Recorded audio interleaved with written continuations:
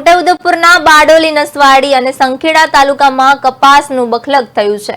કપાસનું મબલક ઉત્પાદન થતા ટેકાના ભાવમાં ઓછા મળશે તેવી દહેશતના કારણે ખેડૂતો પોતાના માલ વેચવા માટે માર્કેટ યાર્ડમાં ઉમટી પડ્યા છે।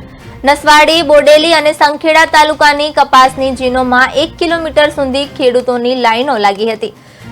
દ્વારા કોઈ પણ પ્રકારની વ્યવસ્થા ન કરવામાં આવતા ખેડૂતોએ તડકામાં 3 થી 4 કલાક સુધી ઊભા રહેવાનો વારો આવ્યો હતો। ડમોલી કપાસ વેચવા માટે આવ્યા છે। 9 વાગ્યાના ઊભા છે અને સાધનો તો વધારે થાય છે। આ લાઈનમાં ઊભા રહેવાનું મુશ્કેલી તો પડે જ વળી। સવારના આવીને 10, 12, 11 12 વાગી જાય ને 1 વાગી જાય ને 2 વાગી જાય, કોઈ નક્કી ના કહેવાય।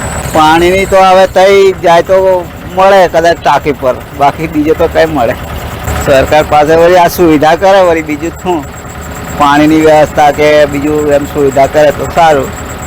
કલાકો પર તો ભાડે કરીને આવેલા હોય એમનું શું થાય?